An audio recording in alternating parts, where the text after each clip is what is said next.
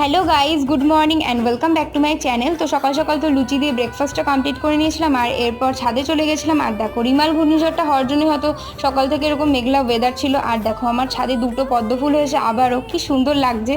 তো যাই হোক, মেঘলা করেছিল আর এরকম ঝড় হচ্ছিল, তার মধ্যে আমি আমগুলো কোড়াচ্ছিলাম। তো এই ঝড়ের মধ্যে কিন্তু আম কোড়াতে খুব ভালো লাগে। তারপরে যাই হোক, লাঞ্চ করে নিয়েছিলাম ভাত, আলু সিদ্ধ, মাছ আর চিকেন দিয়ে।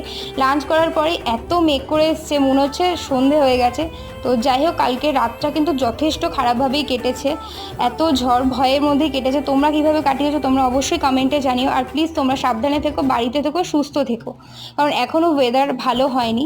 তো যাই হোক, খিদে পেয়ে গেছিলো, তাই একটু স্যান্ডউইচ খেয়ে নিয়েছিলাম একদম সিম্পলভাবে। আর এরপর তো গ্রিন টি খেয়ে নিয়েছিলাম, আর খেতে খেতে কেকেআর ম্যাচটা দেখছিলাম। কালকে খুব মজা হচ্ছিলো, কারণ কেকেআর জিতেছিল। যাই হোক, ম্যাচ দেখার পরে তো 11টার পর থেকে প্রবল ঝড় বৃষ্টি এখানে শুরু হয়ে গেছিলো। তো এভাবেই আমরা কাটিয়েছি আজকের দিনটা। তো